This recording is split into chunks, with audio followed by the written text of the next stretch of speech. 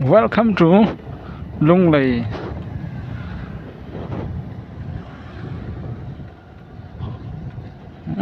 Voi đi na school trên này Lung Lei có xuống phẳng trở lại.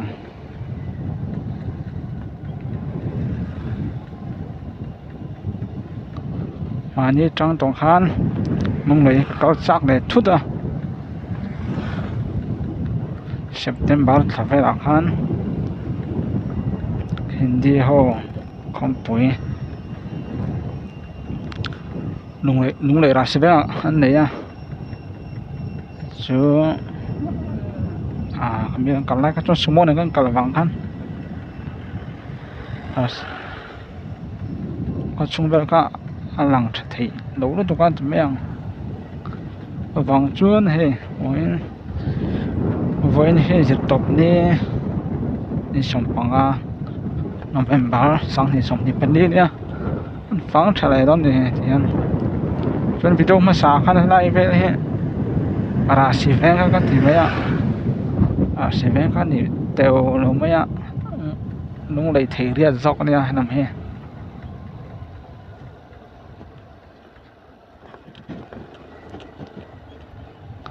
Lung Lei thấy riết à Atlan Mac si hạ trăng cái đó hè ăn vào nghề mấy mà cho lại về chỗ không chạy về đâu nữa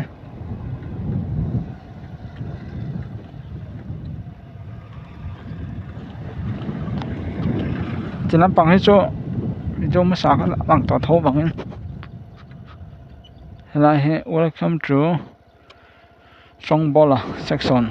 Chongbala section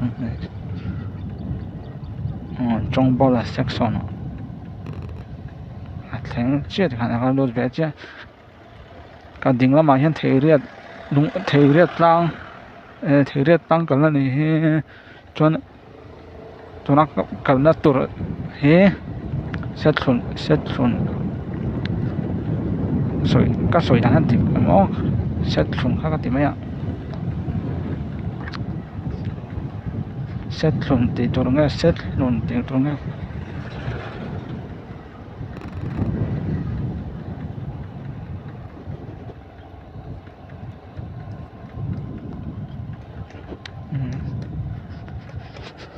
set luôn anh nhang hang lại về chỗ video mà cái này là tỏ thấu bằng em mà đâu có ta dâu mà video lần đầu bên đằng thế bên chỗ tầm gió số con thì nắng nắng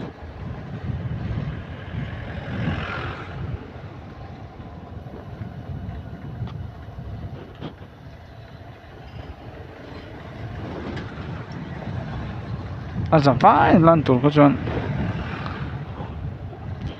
con khá tụ biết dar cả khát nhị bé chuông ai vậy anh vẫn to vẫn rong có tiền em đâu nào tụi này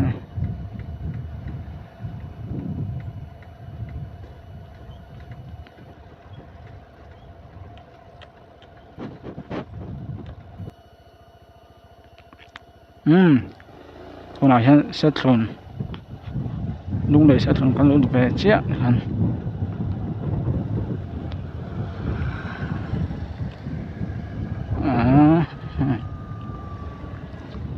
Lung Lei hồi xung toàn ngã khóc mãi bây giờ zero to c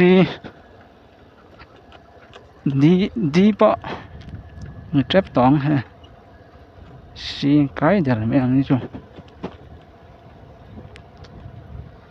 tại hiện sẽ luôn sản mua thằng làm cũng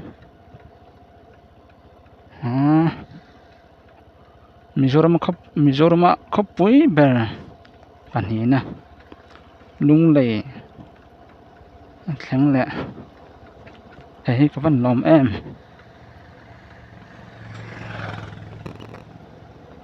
thì hiện scooty nên voi nhỉ ngắt cả cái nó tuần nha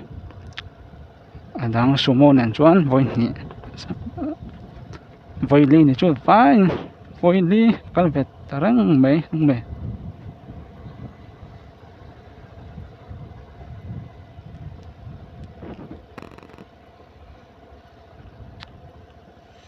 video pa say say don siang rang me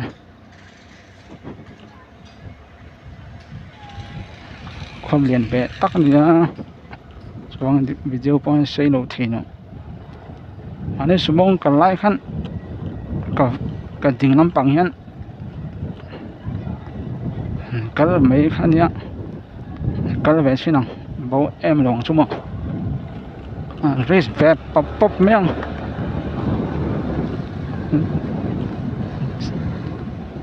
tụi nó lúc đấy sẽ tụi nó cả ta mẹ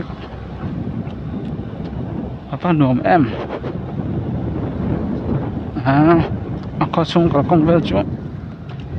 chả khóc mày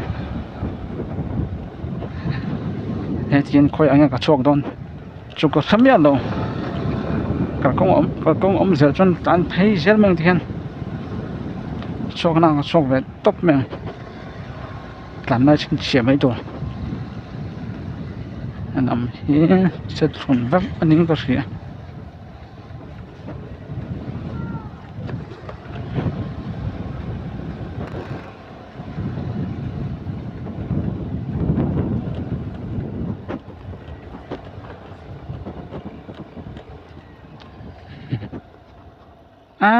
yên tâm nghề mấy cô làm cô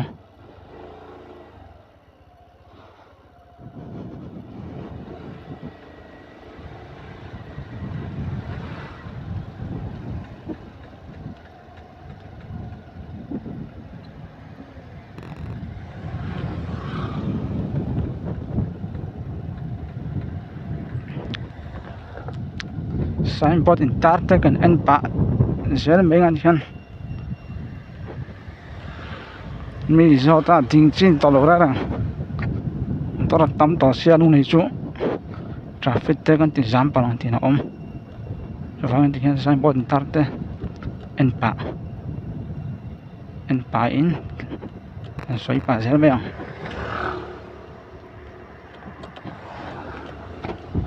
chúng ta tắm xe xoay toàn khăn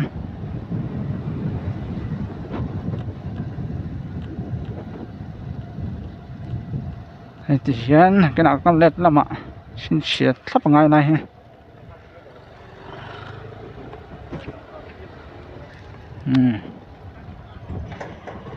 là bùng hàng ruộng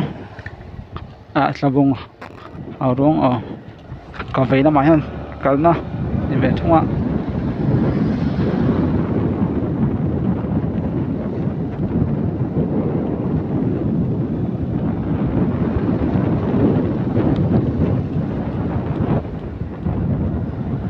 nuông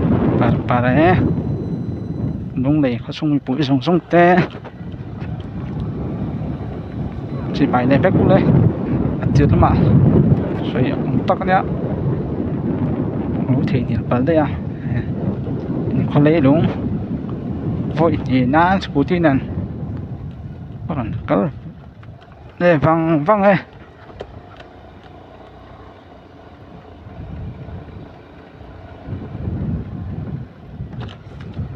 hôm nay về chỗ chế về đâu này khóa ra tắm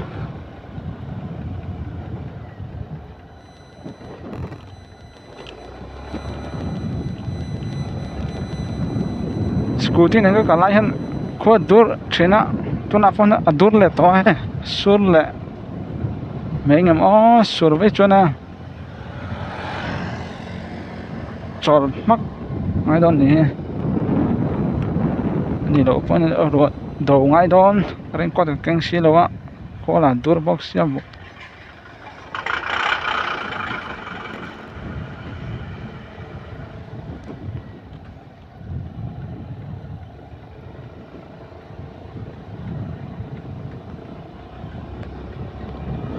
hết hiền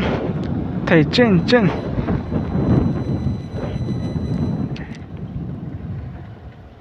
là cố là mấy ngàn thì hen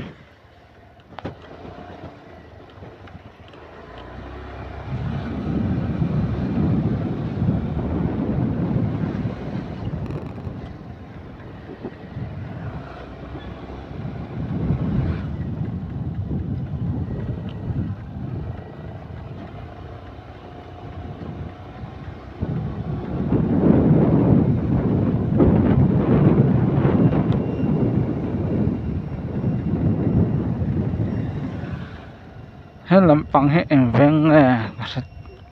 cả sẽ thấy to luôn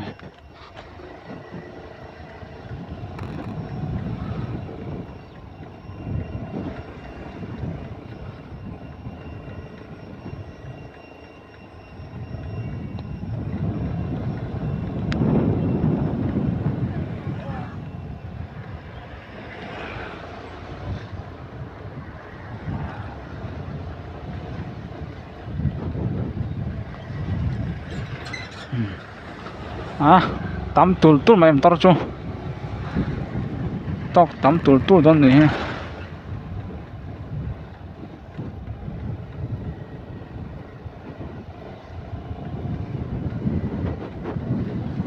có dùng là chốt bốc xí bột lắc bà dùng in là các mũ thì bốc xí lô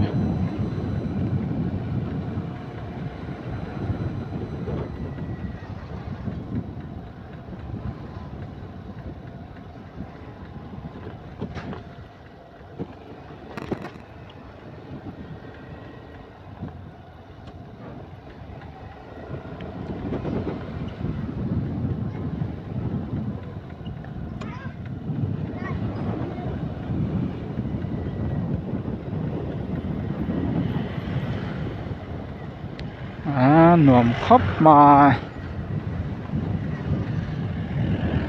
hiện lại remote po cắt lăn xuống ở đây khóc mà còn con hết sẽ về nuôi này ha không đấy ha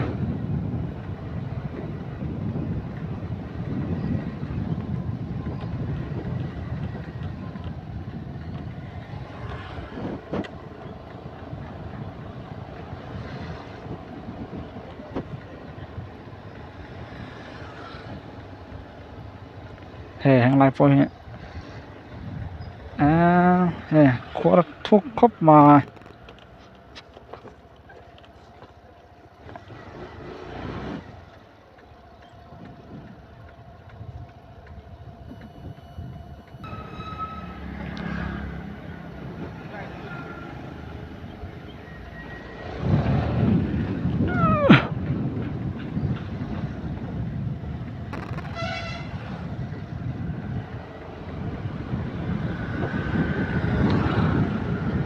hồi lại nghe cái tàn bốc hết tỏ rồi he sign board tắt là đại hen welcome to Salem đại hen nông lệ Salem bên à tàn mắc đại hen nông lệ Salem bên nông lệ Salem bên she not miss mission center đúng đấy sẽ về nó để có công he sẽ là tầm bắt tục lán phải ông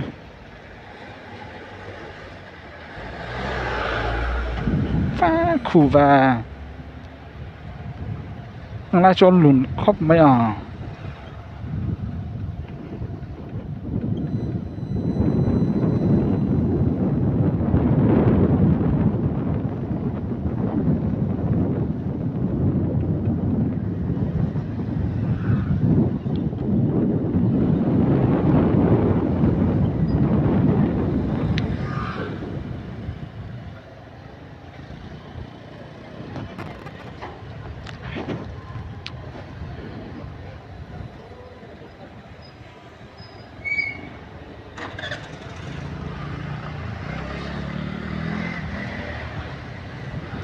lại phải lùn khóc mà ăn đồ mẹ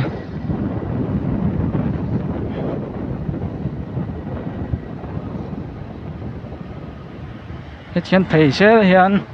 chăn bà đi veng lại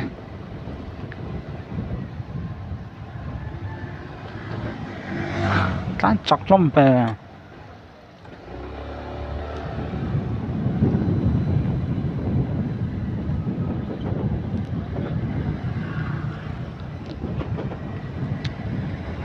cái cặp bà là biểu em ô bà là mấy thế nhỉ hay bốc vết mấy thế đúng rồi phải thâu chôn sắp đó phải chiếm mình chứ mà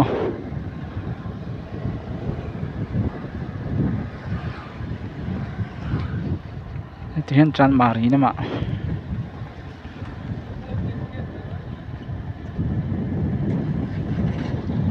đi về dễ lắm mình tôi nói xin lại dar khát lệ linga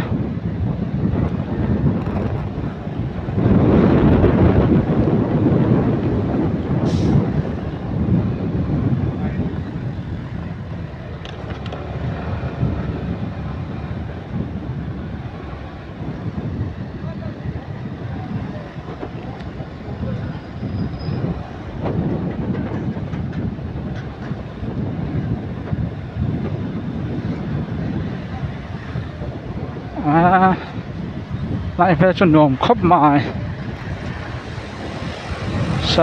Salem cả mà đi Salem ô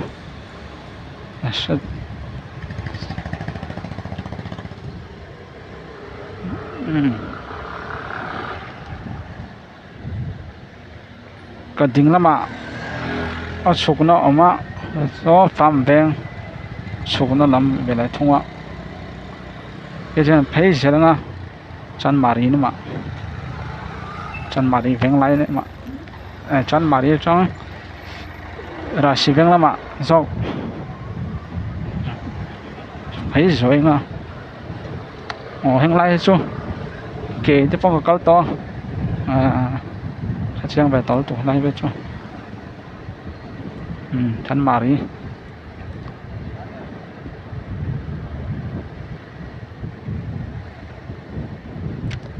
hey line marking cho khớp mà tiền line marking quay một lớp không bùi à xuân thì nói hiện chân mà đi biết kín chân mà đi biết kín là hiện nay vẫn không phải to anh ôm khớp mà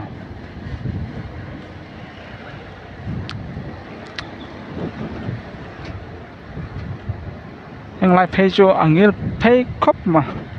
ทุยตักนี่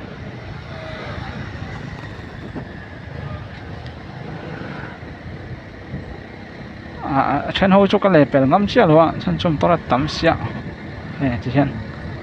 รวยมัวเงินตันเพย์เมียง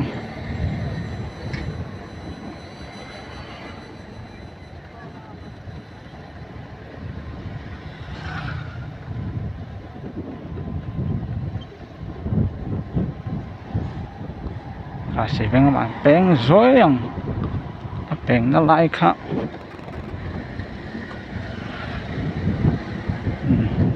đó đúng rồi làm số nào bỏ liền làm phá thổ này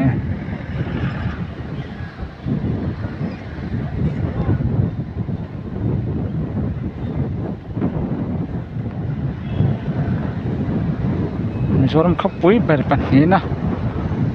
có chọn tan về chỗ ăn uống mấy cái tan bao cái rinh về ngay rồi school thì nên tan bao cái rinh về ngay luôn á tan về chỗ ăn uống em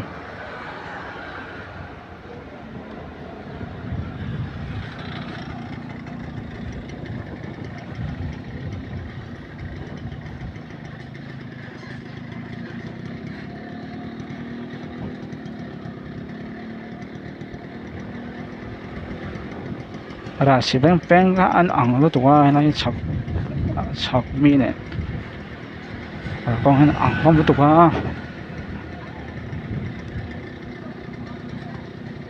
tapi thâu pon tu ti ne khop ma he thai han ka peng rồi don về đó mà hiền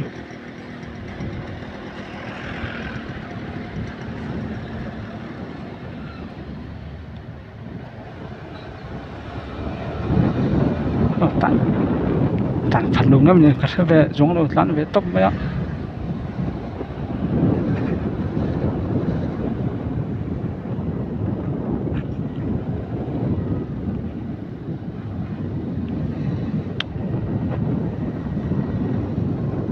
tan phật lún dạng cái về xí đồ tan về tóc mấy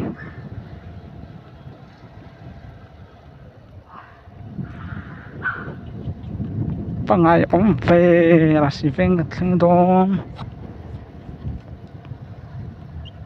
Hey, welcome to Rasiven.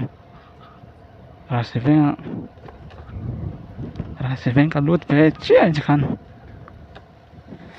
Ngày ông đón về. Hey.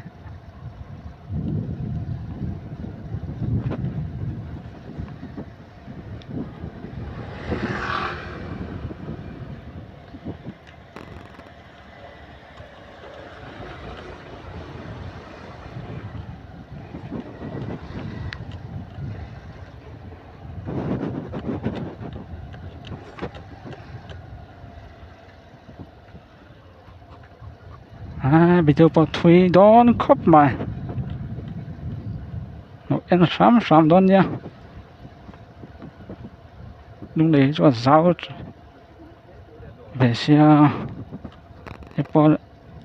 cái phẳng kiếm đồ gió con nhá.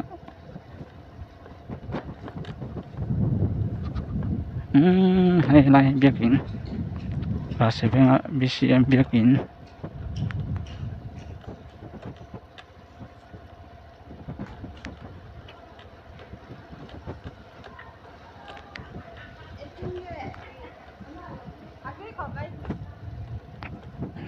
Cái vậy làm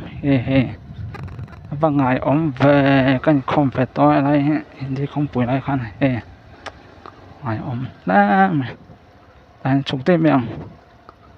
hiện là bụng rồi ta cái số ngã là bụng rồi trong ấy vàng lại mà thành phê liền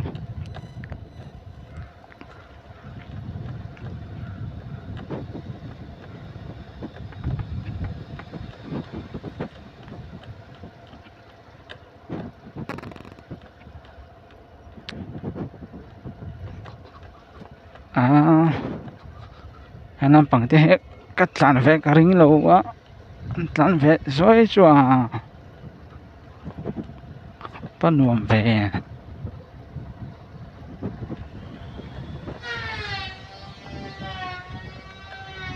cái này cái con thằng in thì hiện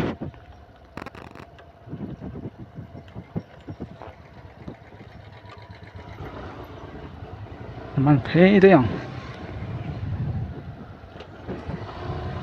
ผู้ลำทางลำก็จ้วลำบงลำกันนั่นต่อฟังยังเดี๋ยวที่เห็นแบงไรชั่วกินก็เสียเก๋กันฟังนะลำปังกันนี่ไปลำปังให้นุ่งเลยกันออมไร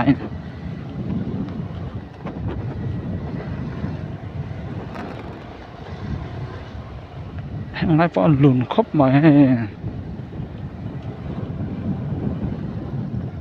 làm bằng cái số vay khát cần nó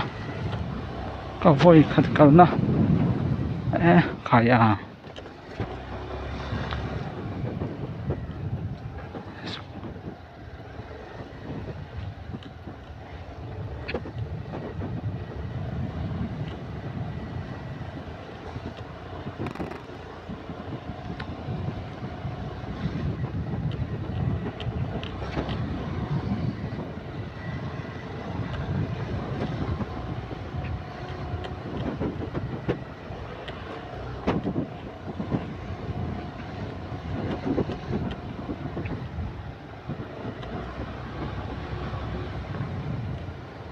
Rasiven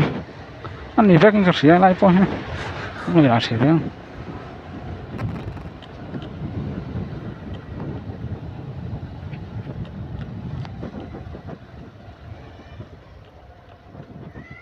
không nuông khóc mà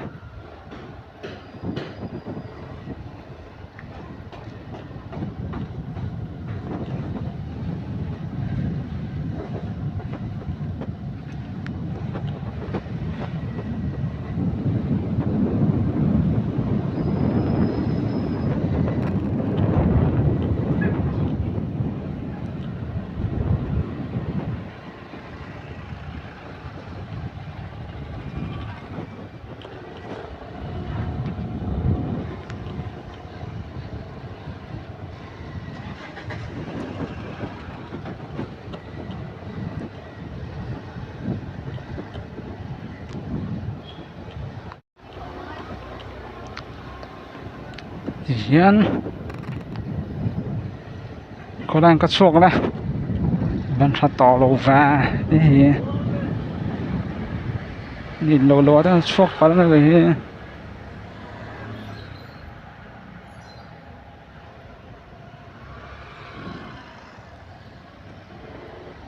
tàn phần lỗ món tiếng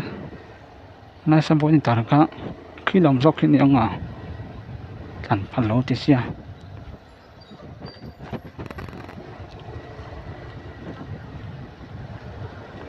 tàn thế giới mình là one way nghe khá thiếm to lộ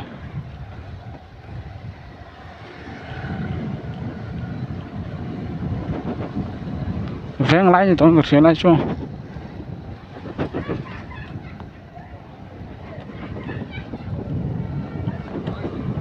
đi răng vén lái này lái ô thằng làm bộ chụp thế giới này con đó ạ cái là dốc to miệng cho nên cái dính lắm bằng cái sầu thì đó one way này vắng in sầu lắm số thấy á sầu lắm số ê thì làm trăng ăn sầu về lại ngay khi lắm bằng ạ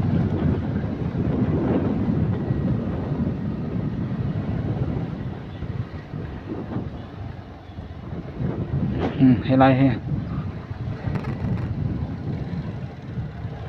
rồi tán thì to bóc lối lại mà hen stress rồi luôn đây tại hen xấu nó tụi khi mà xấu tụi xuống anh xấu mấy tụi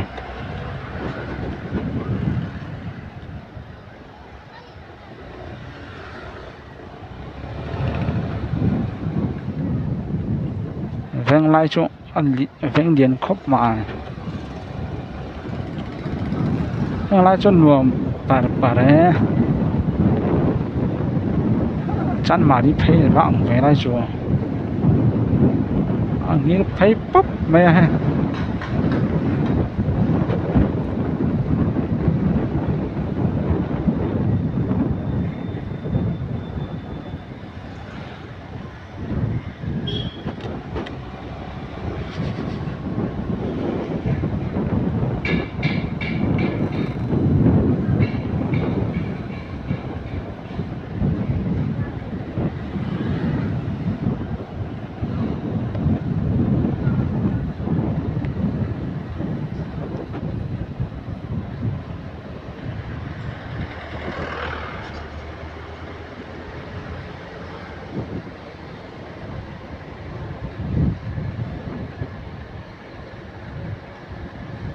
thì nó bằng hết chỗ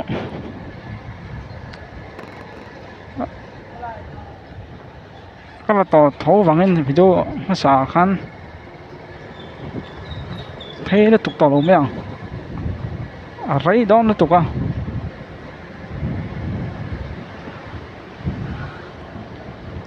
số lại sang cái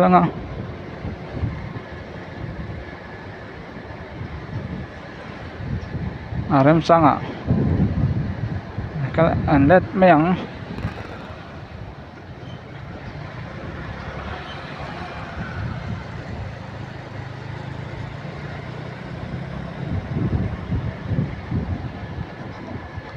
nay cho mình xin đấy mình là bắt dễ đâu vậy với cắt rong đâu vậy mình xin hết thông rất to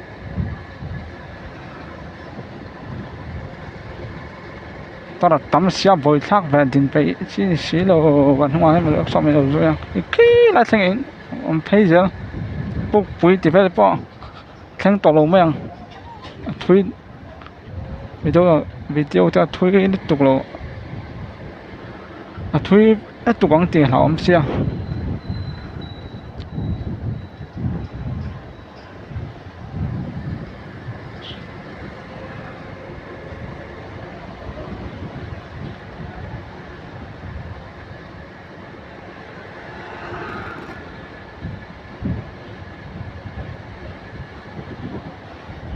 em sẽ zero chu tắm người mày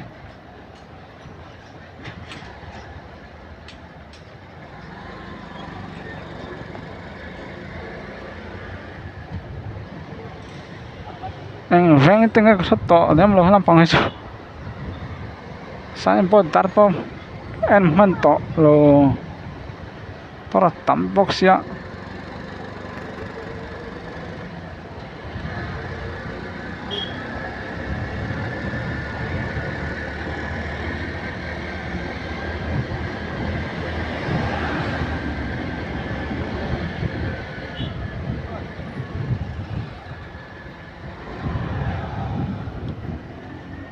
hiện tại tôi report mang sầu to lo mang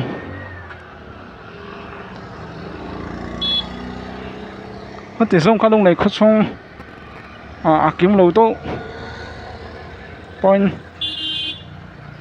là thấy cho nên đấy nhìn lại phát mấy rồi xem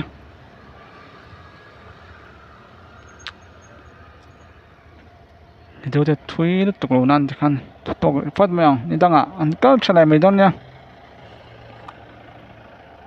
nông này có xong thì bụi xong xong té bye bye mấy cô này